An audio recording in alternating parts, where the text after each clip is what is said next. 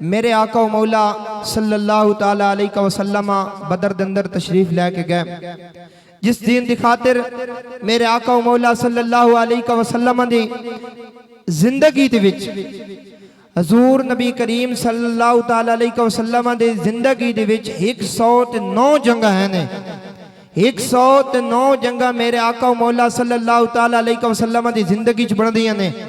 اور جس دین دی خاطر حضور نبی کریم 27 جنگاں دے وچ تلوار پکڑ کے تشریف لے کے گئے۔ اگر کوئی بندہ اس چیز نو غلط ثابت کر دے تو اسی جناب اس چیز دے اپنے مجرمہ معافی بھی منگساں، لیکن گل اتنی کرنا چاہتے ہیں کہ آج دی مسلمان نو اگر ڈراکل بنا دیتا گیا، انہاں جہاد اور قتال تو دور کر دے گیا، یہ ساڑھی غلطی کوئی نہیں، اسی پڑھ کے سنان دے مجرم ضرور ہاں۔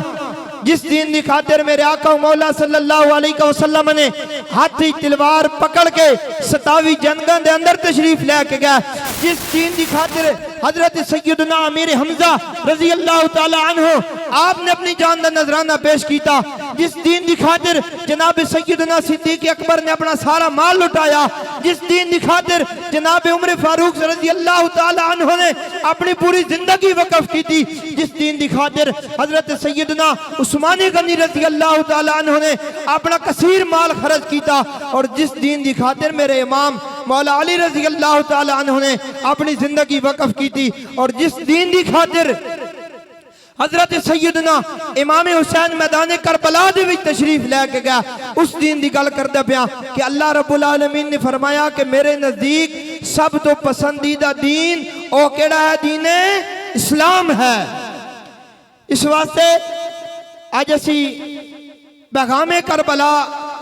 مشن کربلا نو بھول کے صرف اور صرف اتنی کربلا سن دیا کہ حضرت سیدنا امام حسین مکہ چھوڑیا، مدینہ چھوڑیا، تے آپ نے جناب حج دے دنہ دے چھوڑ کے کربلا گئے۔ اے تا گلہ سی سن دیا نا سارے، اتنا تا ہر بندی نو یاد ہویا پیا گلہ، لیکن آج تسی تے میں یزید دے مخالف اس وجہ تو ہاں کہ انہیں حضرت سیدنا امام حسین رضی اللہ تعالی عنہ نو آپ نو شہید کیتا ہے۔ اسی طرح اور انہاں دے دور اقتدار دے وچ حضرت سیدنا امام حسین نو شہید کیتا گیا، لیکن اس تو پچھلی گل کرو جدو حضرت سیدنا امام حسین کیوں تشریف لے کے گیا کربلا دے اندر؟ کیا حضرت امام حسین رضی اللہ تعالیٰ عنہ مدینہ پاک کی بہندے تو کیا آپ نظرانے کوئی نہ سن ملنے؟ مکہ مکرمہ دے اندر بہندے نظرانے کوئی نہ سن ملنے، بلکہ ملنے آن، لیکن میرے آقا و مولا صلی اللہ تعالیٰ علیہ وسلم دا فرمان انہوں نے سامنے سی۔ جدو حضرت سیدنا امام حسین مقام بیضاء کھڑے ہوئے تو آپ نے سامنے یزیدی لشکر دے سپہ سالار بھی کھڑے سن، آپ نے انہوں نے جیڑا خطبہ ارشاد فرمایا، جیڑا گلاں دسیاں او گل دس کے میں آپ کو اجازت چاہساں۔ حضرت سیدنا امام حسین نے فرمایا کہ اے یزیدیوں، میں حجت پیش کرنے واسطے خطبہ ارشاد فرما رہے ہیں۔ آپ نے فرمایا کہ اے یزیدیوں سن لو، میں او حسینہ جس نو حضور نبی کریم صلی اللہ علیہ وسلم اپنے موڑے دے چک کے سواری کرائیے، میں او حسینہ جس دی ماں حضرت سیدنا فاطمہ الزہرا سلام اللہ علیہ، میں او حسینہ جنہاں نے بابا حضرت سیدنا مولا علی رضی اللہ تعالیٰ عنہ۔ آپ نے فرمایا کہ میں کربلا کیوں آیا؟ آپ نے فرمایا کہ میں حضور پاک کو سنیا، اپنے نانا جان کو سنیا۔ آپ نے فرمایا سی کہ اگر مسلمانہ دے دور دے اندر ایسا حکمران، ایسا بادشاہ جائے جیڑا اللہ تعالیٰ دی حدود نو پھلانگ رہے ہوئے، حضور نبی کریم صلی اللہ علیہ وسلم دی سنت دے خلاف جا رہے ہوئے، اللہ تعالیٰ دے عہد و پیمان نو تروڑ رہے ہوئے، پھر فرمایا کہ اس امتی دا کام کے بندا؟ پھر اس امتی دا کام اے بندا خود سامنے شیشہ پلائی دیوار دی طرح خود سامنے کھڑا ہو جائے۔ اگر مسلمان دی طاقت ہاتھ دے نہ روکن دی ہے تو ہاتھ دے نہ روکے، اگر زبان دے نہ روکن دی ہے تو زبان نہ روکے، اگر اتنا بھی نہیں تو کم سے کم یزیدیاں دا ساتھ نہ دے وے، بلکہ دل دے وچ اس نو برا جانے۔ اسی اپنی زندگی دی وچ ویکھیے کہ ساڑھے حکمران اے گلاں سیاست دیاں نہیں ہیں، میں دین بیان کر رہا ہوں۔ اگر میری زبان دے وچوں حضور علیہ السلام نے فرمان تو علاوہ کوئی اور گل نکلے تو بے شک روک دینا۔ حضور نبی کریم صلی اللہ علیہ وسلم دا فرمان ہے، اگر تسی ایسے بادشاہ دا زمانہ پاؤ جیڑا اللہ دی حلال کردہ چیزاں نو حرام کرا رہے ہوئے، میں نے دسو پاکستان دے وچ چند دن پہلے چلے آؤ، چند دن پہلے ساڑی پاکستان دی اسمبلی دی وچ ایک بل پیش ہویا جی وچ ایک گل لکھی گئی ہے، شک بنائی گئی ہے 18 سال تو کم عمر نہ بچی دا نکاح ہو سکدا نہ بچے دا نکاح ہو سکدا۔ دسو یار اللہ رب العالمین دے کدائیں قانون دے وچ شریعت دے وچ اس چیز نو غلط آکھیا گیا ہوئے،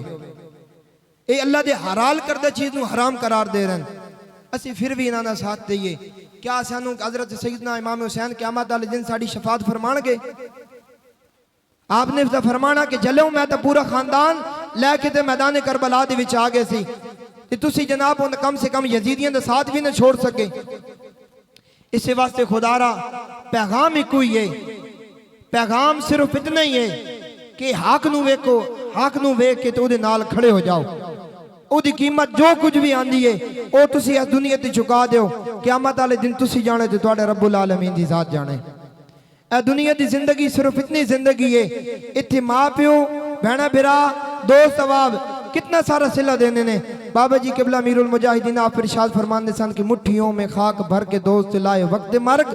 اور عمر بھر کی دوستی کا یہ صلہ دینے لگے۔ جیڑا تیرا چار تے چنگا تے بیلی تے سجن ہوئے گا نا، وہ اتنا ہی گالے کرے کہ یار میں نے دی موت مٹی پان دے، اے میرا یار سی میرا بیلی سی، میں نے دی موت مٹی پان گے تے تیرے موت مٹی پا کے انہیں آ جانا تے قبر اچ حضور نے تشریف لے کے آنا۔ اگر انہوں نے نال تیری نہ بنی ہوئی، اگر حضور نے نال تو وفا نہ کر کے گئے ہوئے تو میں نے دس قبر بھی تیرے ہو کیا کام آنا۔